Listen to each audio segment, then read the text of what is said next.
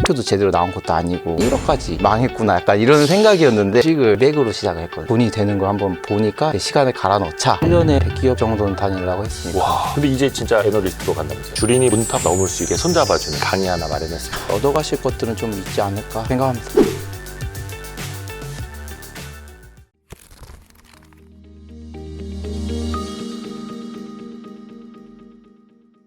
또 자녀들이 보통 있잖아요. 그쵸. 그럼 자녀들을 위해서는 내가 또 뭘 해줘야 하느냐, 저축을 이런 것도 가르쳐 주는 데들이 사실 생각보다 많이 없어요. 뭐 40대, 네. 50대 이거 고민이죠. 자녀들 네. 뭐 이렇게 자녀한테 계좌도 만들어지고 사전 증여도 네. 하고 하시는 분들도 되게 많으신데 네. 이분들이 이제 50대가 돼서 이제 자녀들이 결혼할 나이쯤 되면 네. 요즘 무슨 이야기를 하냐 그러면 자녀들이 와서 아버지 어머니한테 물어본대요. 아빠 엄마는 노후 준비 잘 돼 있어? 아, 나한테 손 벌리지 마 이런 뜻이에요? 그건 아니고 네. 결혼을 하려고 하는데 상대편 배우자가 물어보는 거예요. 너네 부모님은 노후 준비 잘 돼 있냐? 어머, 그런 걸 진짜 물어보네요? 그 직장인들 그 미팅 사이트 같은 데 가보면 필수 질문 항목 중에 하나래요. 아, 너희 부모님. 왜냐하면 지금 20대, 30대들은 딸아들 구별 말고 하나 낳아 잘 기르자. 그때 세대거든요. 그러면 뭐 외동일 가능성들 많아야 둘 정도 되는 네. 가능성들이죠. 결혼하면 둘이 결혼하면 4명을 모셔야 되는 거거든요. 네. 만약에 우리 부모님이나 결혼 상대방의 부모님의 노후 준비가 안 돼 있다면 그들의 40대, 50대의 삶이 어떨 거라는 거는 그렇죠. 눈에 보이죠.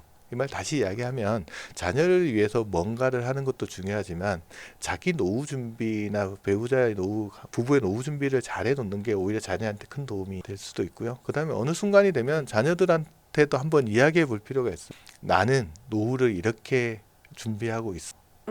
라는 뭐 생활비는 어느 정도 들 건데 국민연금으로 어느 정도 나올 거고 퇴직금 가지고 이렇게 하고 개인연금으로 어느 정도 준비해서 내 생활비는 이 정도 이렇게 이런 방식으로 준비하고 있다는 사실에 대해서 한번 탁 터놓고. 이야기를 해볼 필요 있죠. 그러네요. 자녀들은요 부모님의 계좌가 화수분인 줄 알아요. 맞아요. 계속 돈이 나온 줄 알아요. 그 카드 회사에서 주는 줄 맞아요. 카드만 알아요. 있으면. 엉카 네. 그런 줄 아는데 실질적으로 부모님이 그 돈에 대한 고민들, 노후 준비에 대한 고민들 같은 것들이 어느 정도 자녀가 성장하면 한번 같이 이야기해 볼 필요가 있지 않나. 그러네요. 그거를 우리는 돈에 대해서 이야기하는 건 너무 금기시하니까. 맞아요. 근데 자녀들도 부모님 노후 준비에 관심이 많아요. 오, 그 부모님의 노후가 자신의 미래랑 바로 맞닿아 있기 때문에 그렇죠. 관심이 없을 수가 없죠. 관심을 가져야 되고 그렇게 하는 거. 그리고 가족끼리 그런 이야기 하고 있어야죠. 뭐. 그렇죠. 근데 많은 분들이 또 궁금해하시는 게 요맘때쯤 이제 은퇴를 생각을 하잖아요. 40대도 아직 뭐 한참 일할 나이긴 하지만 너무 멀지 않았다는 생각은 들거든요. 은퇴가. 예. 그러면 아까 이렇게 연 900만 원씩 5%로 20년 모으면은 이제 2.5억에서 3억이 되는데 예. 실질적으로 내가 미래 노후 준비를 위해서 얼마가 필요할지를 계산할 때 이게 뭐 4%율, 뭐 3%, 3.5%율 뭐 이런 뭐 여러 가지 수식들이 있잖아요.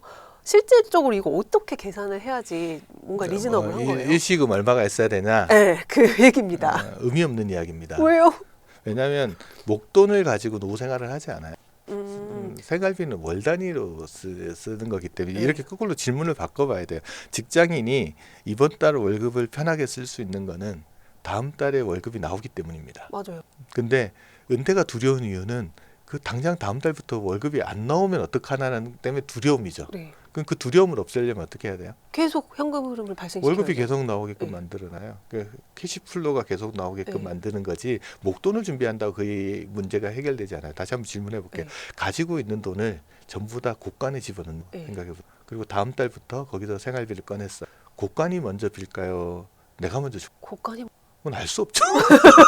저는 고간이 먼저 빌 것 같아요. 근데 그렇게 말하시는 분들이 대다수입니다. 왜 그러냐면 그 두려움이에요. 곳간이 먼저 비면 어떡하지? 어떡할까라는 두려움이 분명히. 그래서 나이가 들어서 70대 중반 80대가 가면 곳간에 돈이 있는데도 그게 없어질까봐 두려워서 잘 못 꺼냈어요. 자산관리 모드가 자린고비 모드. 자린고비는 잘 생각해 보세요. 굴비가 없어서 못 먹나요? 없어질까봐 못 먹나요? 없어질. 사람들은 목돈이 있으면 이거를 잘 꺼내서 쓸 것 같지만 생각보다 그거를 못해요. 잘 못합니다. 그래서 다시 그러면 곳간 형태가 아니고 돈이 우물처럼 퍼서 쓰면 또 나오는 구조가 돼요. 그렇게 하고 싶어. 그렇게 구조를 만들어 놔야 됩니다. 그래서 아까 목돈이 얼마가 필요하냐 이 질문보다는 매달 생활비로 얼마씩 나오게끔 내가 구조화 시켜놨냐. 자동 소득 장치를 고민을 해봐야 돼요. 국민연금이 얼마 나오고 어디서 얼마 나오고 해서 매달 일정한 금액들이 나오게끔 되고 그게 내가 이제 기본적인 생활을 하려면 필요한 돈을 충당하기에 적정한가 그걸 고민해요. 그렇죠. 네, 근데 그 좀- 목돈을 뭐 월배당 ETF나 이런 데 넣어놓으면 예. 어쨌든 월에 얼마씩 이렇게 나오는 구조가 그렇죠. 될 거잖아요. 예. 그게 어느 정도 필요하냐 이거죠. 그거는 이제 내 생활비 규모를 예, 예. 한 점 생각해봐야 되죠. 그 노후 생활비 얼마나 필요하냐라는 예. 질문을 해보면 저한테도 물어봐요. 노후 생활비 얼마나 있어야 돼요? 물어보는 사람 예, 되게 예. 금방 좀 물어보잖아요. 예. 당신 생활비를 제가 어떻게 합니까? 그 정답이 있는 문제가 예, 예. 아니라는 거예요. 근데 이제 이렇게 답을 할 수는 없으니까 이제 통계 자료 같은 것들을 좀 하죠. 이제 국민연금연구원이 2년에 한 번 정도씩 이렇게 조사를 하거든요. 네. 그러면은 전국 평균은 보면 부부가 적정한 생활을 하는데 들어가는 비용이 한 297만 원 정도가 필요하다고 합니다. 네. 그거 한 300만 원 돈 필요한 그렇죠. 거잖아요. 300만 원. 월 300. 서울에서 사는 경우에는 한 337만 원 정도. 예. 근데 뭐 300에서 337만 원 필요하다라고 이야기를 드리잖아요. 예. 반응이 두 가지로 나와. 첫 번째 반응은 그렇게나 많이 반대편 반응은 그거 가지고 전 두 번째 같은데. 그게 사람마다 아, 이게 상당히 차이가 크군요. 그렇죠. 사람마다 네. 원하는 그 왜냐하면 수준이 라이프 스타일도 다르니까. 다르고 원하는 희망하는 노후 생활의 방법도 다 다르기 때문에 네. 그거를 뭐 교조적으로 이걸 해야 돼 이게 아니라는 네, 거예요. 네. 그래서 제일 중요한 건 뭐예요? 자기가 필요한 생활비 규모는 자기가 한번 써보는. 계산을 해봐야 돼요. 네. 근데 그걸 안 하세요. 그래서 다음- 노후 준비의 절반은 제가 보기에는 나한테 필요한 생활비 규모가 얼마인지 한번 계산을 한번 해보는 거.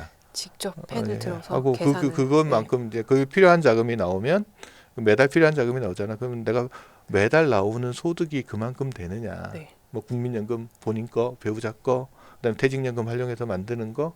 그래서 그게 만약에 모자라잖아요. 네. 그래서 그렇게 해서 모자란 돈이 50만 원일 수도 있고 100만 원일 수도 있으면 거꾸로 이야기하면 아까 월배당 ETF 네.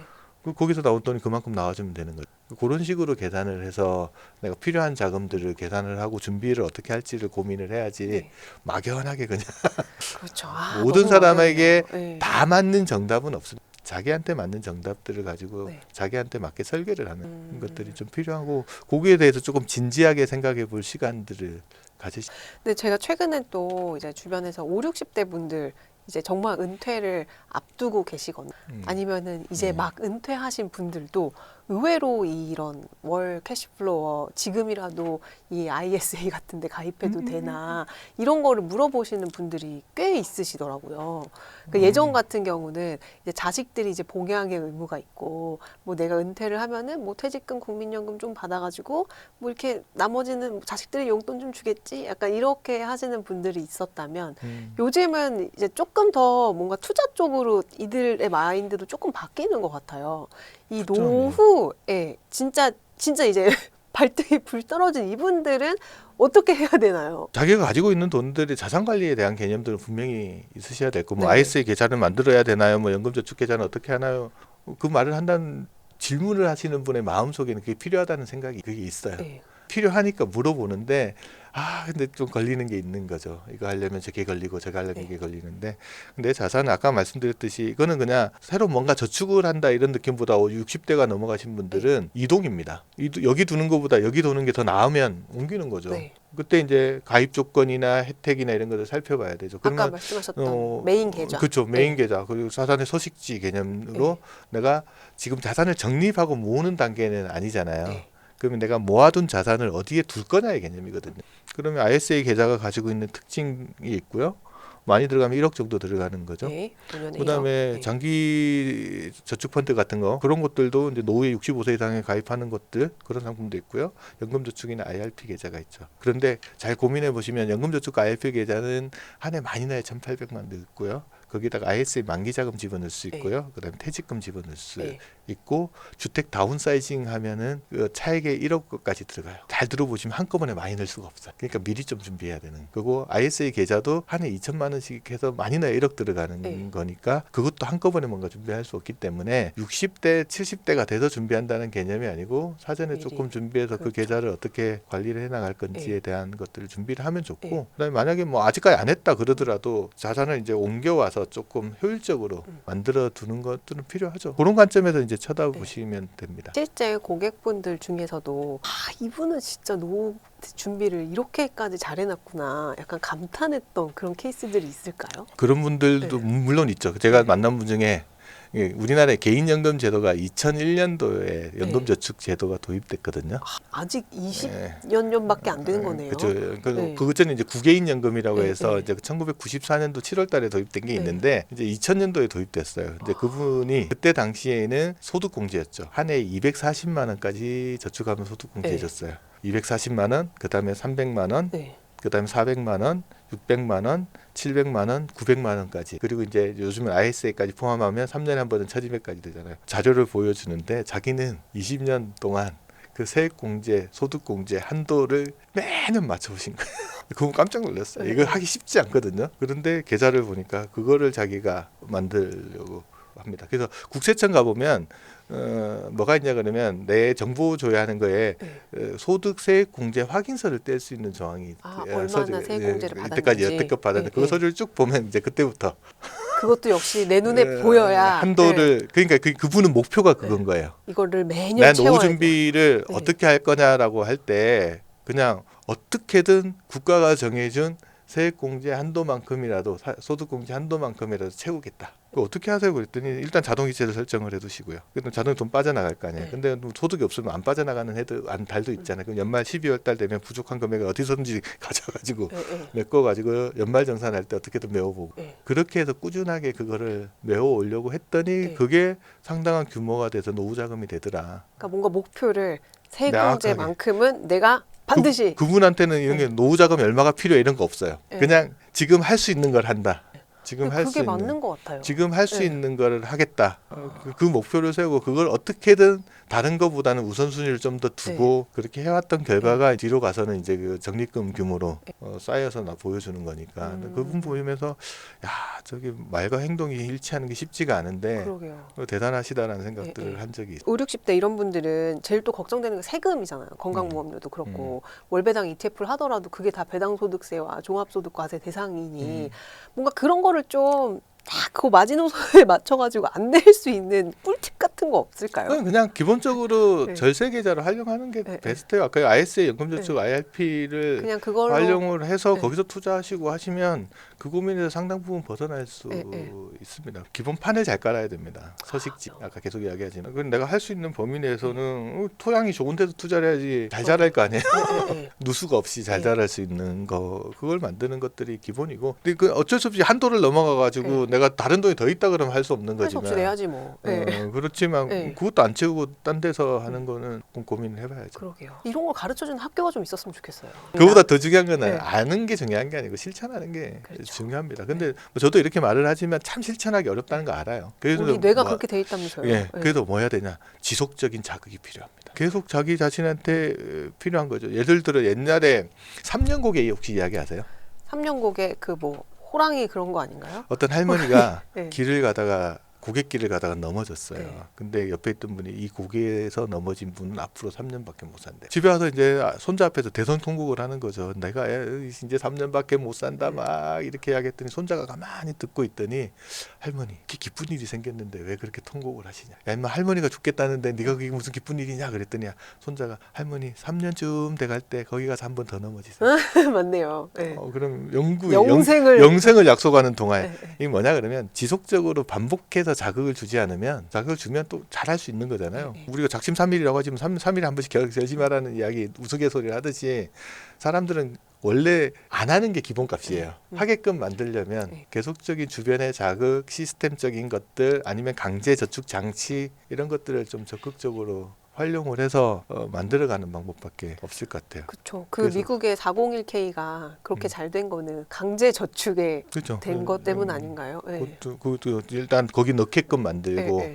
그래서 우리가 막 하면 근본적으로 사람은 안 하는 게 디폴트 값이다라고 생각을 하고 네. 하게끔 만들려면 어떻게 해야 될까에 대한 고민들, 그것도 계속 자기가 혼자서 알아서 하기 힘드니까 이런 장치들, 아까 율리시스 약정을 네. 하거나 이런 부분들을 만들어 가려고 하는 거죠. 그 혹시 최근에 뭐 다양한 상품들이 나오잖아요. 개인이 투자할 수 있는 뭐 ETF도 굉장히 다양한 뭐 거버드 콜이니 뭐 타겟 거버드 콜이니 그러니까 조금 주목해서 연금에 이런 상품을 투자하면은 좀 유리하다, 뭐 좀 좋겠다 이런 좀 아이디어가 있는 상품들 소개해 주실 수 저는 뭐 있을까요? 그냥 잘 모르시면은 타겟 데이트 펀드 꾸준히 사라 그러고요. 네. 그다음에 조금 투자에 관심이 있으면 처음에는 지수형 펀드들을 ETF 대표 같은 지수형. 것들 네. 꾸준하게 사시는 것들이 네. 좋은 방법이다. 네. 근데 테마형 펀드 ETF 하지 말라는 아기는 아니지만 그걸 너무 자주 거래를 하게끔 네. 되고 변동성이 크니까 이겨내기가 쉽지는 네. 않잖아요. 그래서 그렇게 하다 보면 또 투자 리듬이 망가져 버리거든요. 일단 기본은 그렇게 하시고 네. 내가 어느 정도 익숙하게 됐고 역량이 어느 정도 쌓였다 그러면 이제 그쪽으로 해보실. 무드셀러님은 그 한국 대 미국이나 이런 지역의 비중을 어떻게 두는 게 더 좋다고 저는 생각하세요? 퇴직연금 계좌가 네. 이제 내가 직장을 옮기면서 했던 IRP 퇴직연금 넣어놓은 데가 있고 네. 지금 현재 DC형 퇴직연금 계좌가 네. 있잖아요. 네. 다 TDF예요. 아, 다 TDF예요? 그리고 다른 뭐 개인연금 계좌에서는 ETF 투자를 좀 하고 하기는 하지만 네. 그렇게 해둔 이유가 뭐냐면 저 이 시간에 나와 있잖아요. 그렇죠. 내가 종목을 분석하거나 이럴 시간이 그렇게 많지 않죠. 않죠. 그걸 네. 나보다 잘하는 사람들이 분명히 존재하거든요. 와, 오늘 제일 충격적인 발언입니다. 그래서 그런 식으로 연금 관리는 그렇게 네. 하고 물론 뭐 개별적으로 뭐 일반 계좌에 있는 돈이나 이런 것들은 이제 이것 좋다 저것 조금씩 사기를 네. 하지만 수익률이 보면은 그냥 꾸준하게 단기적으로 이쪽 게 좋을 네. 수 있지만 꾸준하게 수익률 나는 것들이 성과가 음. 괜찮죠? 그렇죠. 예를 들면 꾸준하게 연 5% 내는 사람이 네. 20% 마이너스 10, 20 마이너스 10을 반복하는 사람보다는 장기 성과가 복리 효과로 인해서 성과가 훨씬 더 그죠. 좋거든요. 장기적으로는. 마이너스도 복리 효과로 가면은 더 커지잖아요. 근데 이제 문제는 네. 뭐냐? 내가 5% 내고 있는데 20%낸 친구가 와서 자랑을 한다. 부러워요, 그러면. 그럼 이제 네. 그때 포트폴리오를 자꾸 바꾸려고 하거든요. 네. 그때 이제 그걸 좀 지켜낼 수 있어야 되는데 그 고평정심. 네. 투자 전문가도 TDF 하신답니다. 진짜 나의 능력을 너무 믿으면 아니, 안 저는 되고. 이제 투자 전문가라고 하면 너무 뭐 아니, 그렇고 연금 전문가. 연금을 네, 관리하는 방법에 있어서 네. 가장 좋은 방법들은 타겟 데이트 펀드를 잘 활용하는 거고 그다음에 이제 뭐 ETF나 이런 것들은 뭐 필요하면 조금씩 가감할 수는 있지만 네, 네. 너무 잦은 트레이딩을 하다 보면 힘들어질 수 그렇죠. 있으니까. 와, 오늘 이렇게 해서 이제 20, 30대, 40대, 50대 전 생애 주기에 거쳐서 우리가 어떻게 연금을 바라보면 좋을지 뭐 이런 얘기들 나눠봤는데 마지막으로 저희 와이스트릿 구독자 여러분들께 좀 요것만큼은 좀 생각해봐라, 조심해라, 이런 거 한마디 좀 해주시면 뭐가 있을까요? 일단 뭐 네. 방송을 하면서 이런저런 또 어줍지 않은 조언 같은 것들 많이 한 것 네. 같은데 중요한 거는 자기 자신에 대해서는 스스로 책임지는 방법밖에 없습니다. 그 자기가 지금 뭐가 중요하고 뭘 해야 되는지 한번 생각해 보시고 네. 과거의 후회 미래에 대한 불안 이겨낼 수 있는 거는 지금의 적극적인 액션밖에 없습니다. 그래서 행동하시고 너무 고민 많이 하시지 마시고 그다음에 내가 정한 룰이 있으면 계속 지켜나가려고 애를 쓰시면 어느 틈엔가 나중에 노후를 앞두고 많은 자산들을 가지고 행복한 해피한 노후 준비가 되지 않을까라는 말씀을 드립니다. 네, 아유 감사합니다. 오늘 이렇게 무드셀라님, 김동엽 미래에셋 투자와 연금센터 상무님 모시고 이야기 나눠봤습니다. 고맙습니다. 네, 감사합니다. 네.